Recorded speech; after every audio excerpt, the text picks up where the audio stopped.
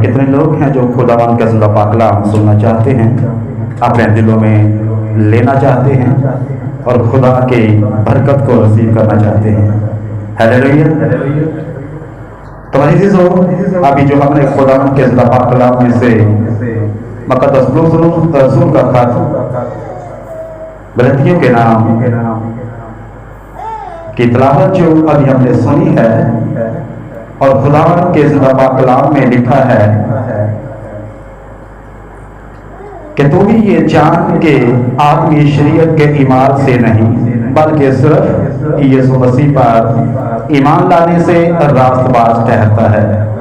خود بھی مسیح یسوع پر ایمان لائے تاکہ ہم مسیح پر ایمان لانے سے راست باز ٹھہریں، نہ کہ شریعت کے ایمان سے، کیونکہ شریعت کے ایمان سے کوئی بشر راست باز نہ ٹھہرے گا، اور ہم مسیح میں راست باز ٹھہرنا چاہتے ہیں۔ اگر خود ہی گناہ گار نکلیں تو کیا مسیح گناہ کا باعث ہے؟ ہرگز نہیں، کیونکہ جو کچھ میں نے ڈھا دیا اگر اسے پھر بناؤں تو اپنے آپ کو قصوروار ٹھہراتا ہوں۔ چنانچہ میں شریعت ہی کے وسیلہ سے، شریعت کے اعتبار سے مر گیا تاکہ خدا کے اعتبار سے زندہ ہو جاؤں، تاکہ میں مسیح کے ساتھ مصلوب ہوا ہوں، اور اب میں زندہ نہ رہا بلکہ مسیح مجھ میں زندہ ہے، اور میں جو اب جسم میں جیتا ہوں، زندگی گزارتا ہوں تو خدا کے بیٹے پر ایمان لانے سے گزارتا ہوں، جس نے مجھ سے محبت رکھی اور اپنے آپ کو موت کے حوالہ کر دیا۔ پاک کلام کے پڑھے اور سننے پر خداوند کی برکت ہو، خداوند کا شکر بھی ہو۔ تو میرے عزیزو، غور کیجیے کہ خداوند کا زندہ پاک کلام جو آج ہم سب کے لیے پڑھا گیا ہے، اور جس پاک کلام کو ہم نے سنا ہے، اور تقریباً بہت سے لوگ اس کلام کو سمجھتے ہیں اور اس کلام کے مطابق اپنی زندگیوں کو گزار بھی رہے ہیں، لیکن آج ہم غور کریں گے کہ مسیح یسوع پر ایمان لانے سے نجات ملتی ہے، نہ کہ شریعت کے وسیلہ سے۔ میرے عزیزو، خداوند کا زندہ پاک کلام ہمیں بتاتا ہے کہ جب تک ہم خداوند یسوع مسیح کو قبول نہیں کرتے، جب تک ہم اس کے حضور میں نہیں آتے، جب تک ہم اس کی قربانی پر ایمان نہیں لاتے، اور جب تک ہم اس کے لہو بہانے پر ایمان نہیں لاتے، تب تک ہم نجات نہیں پا سکتے۔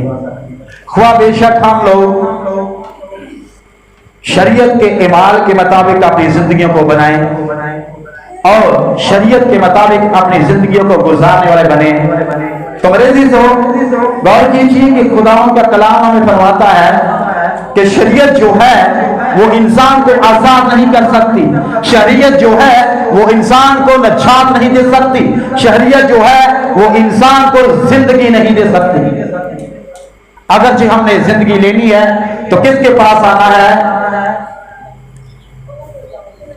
خداوند یسوع المسیح کے پاس، کیونکہ زندگی کا مالک کون ہے؟ خداوند یسوع المسیح۔ اور میرے عزیزو، آگے اگر ہم دیکھتے ہیں تو خداوند کے زندہ پاک کلام میں سے پولس رسول کا ہی خط رومیوں کے نام، اس کا 3 باب، اس کی 22ویں آیت میں ہم غور کریں تو یہاں لکھا ہے، یعنی خدا کی وہ راست بازی جو یسوع مسیح پر ایمان لانے سے سب ایمان لانے والوں کو حاصل ہوتی ہے، کیونکہ کچھ فرق نہیں۔ کن کو جی؟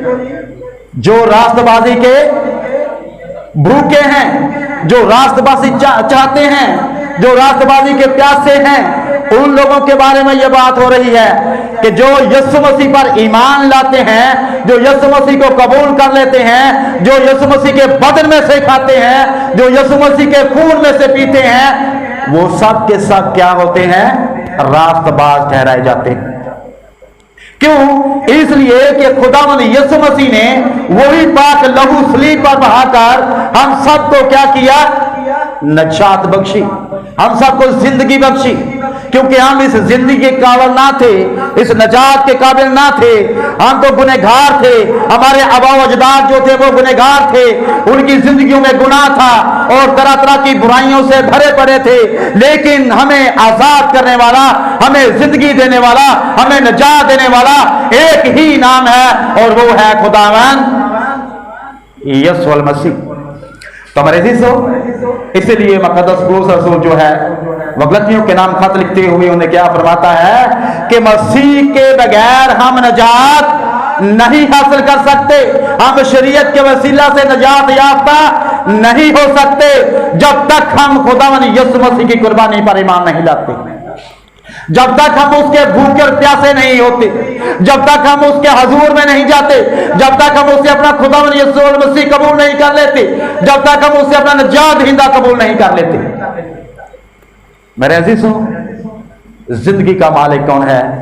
खुदावंद यीशु मसीह। और पौलुस रसूल ये जिक्र कर रहा है, पौलुस रसूल कलीसिया को लिख रहा है और पौलुस रसूल कलीसिया से फरमा रहा है कि हम शरीयत के माल से नजात नहीं पाएंगे, लेकिन एक है जिसके एतबार से हम नजात पा सकते हैं और उसका नाम है यीशु मसीह, कादर मुतलिक का इकलौता बेटा खुदावंद यीशु मसीह, जिसको पैदाइश लेने के लिए जब उसकी पैदाइश हुई तो फरिश्ते जो थे वो मुकद्दसा मरियम के पास आए और मुकद्दसा मरियम से उन्होंने क्या कहा कि सलाम है मरियम, पुरफजल और खुदावंद तेरे साथ है, तो औरतों में से क्या है? मुबारक है। और मुबारक कौन है? तेरे पेट का फल यीशु। तो मेरे अजीजों, वो फल, वो यीशु जिसके बारे में फरिश्ता पैगाम देता है, जिसके बारे में फरिश्ता आकर मरियम को सलाम कहता है और जिसके बारे में फरिश्ता आकर मरियम से हम कलाम होता है, और वो कलाम, वो कलमा जो खुदा ने फरिश्ता के जरिए मुकद्दसा मरियम को दिया, वो मुजस्सम होता है और यीशु मसीह की शक्ल में इस दुनिया में तशरीफ लाता है। तो मेरे अजीजों, जब वो इस दुनिया में आ जाता है तो एक ही मकसद था, वो क्या था कि हम जो गुनाह में जिंदगी गुजार रहे हैं, हम जो शरीयत के मुताबिक अपने आप को बनाए बैठे हैं, हम जो शरीयत के अमाल को ज्यादा तरजीह देते हैं, गुनाह से आजाद नहीं हो सकते। लेकिन गुनाह से आजाद करने के लिए कौन आया? वो जिसका मुकद्दसा मरियम को मैसेज मिला, जिसका मुकद्दसा मरियम को पैगाम मिला और जिसका कलाम जो खुदा का था मुकद्दसा मरियम को फरिश्ते के जरिए मिला, और वो कलमा जो था वो मुजस्सम होकर इस दुनिया में आया। जब तक उस पर हमारा ईमान नहीं, हम नजात नहीं पा सकते। उसका इस दुनिया में आने का एक ही मकसद था, और वो क्या था कि हम क्या करें? नजात पाए, हम तरह तरह के गुनाहों से आजाद किए जाएं, नाराजगी से आजाद किए जाएं, बदरवा से आजाद किए जाएं, बीमारियों से आजाद किए जाएं, और इसके अलावा हमारे जो भारी गुनाह थे जो कभी भी माफ नहीं हो सकते थे, जो शरीयत के मुताबिक तो माफी मिल ही नहीं सकती थी, लेकिन खुदावंद यीशु मसीह के लहू बहाने से हम नजात पा सकते थे। क्योंकि जरूरत थी कि एक पाक बर्रा हो, जरूरत थी कि एक पाक बर्रा जो बेऐब हो और जो खुदा की कुदरत के वसीला से हो, उसके वसीला से हम लोग नजात हासिल करें, उसके वसीला से हमारे गुनाह जो है वो ढांपे जाए, उसके लहू के वसीला से हमारे गुनाह धोए जाए, उसके लहू के वसीला से हमें नजात मिले, उसके लहू के वसीला से हम शिफा पाए, और उसके लहू के वसीला से हम लोग अपने भारी गुनाहों से आजाद किए जाएं, तरह तरह की बीमारियों से, नाराजगियों से आजाद किए जाएं। और वो कौन था? जिसका नाम यीशु मसीह है, जिसके बारे में फरिश्ता कहता है कि मुबारक है तेरे पेट का फल, यानी कि यीशु। और अगर जो हम यूहन्ना की अंजील का मुताला करते हैं तो हम उसके तीसरे बाब की 16वीं आयत में अक्सर पढ़ते हैं, और अक्सर फादर साहब इसका हवाला देते हैं कि खुदा ने हमसे ऐसी मोहब्बत रखी कि उसने क्या किया? अपना इकलौता बेटा बख्श दिया, ताकि जो कोई उस पर ईमान लाए वो हमेशा की जिंदगी पाए।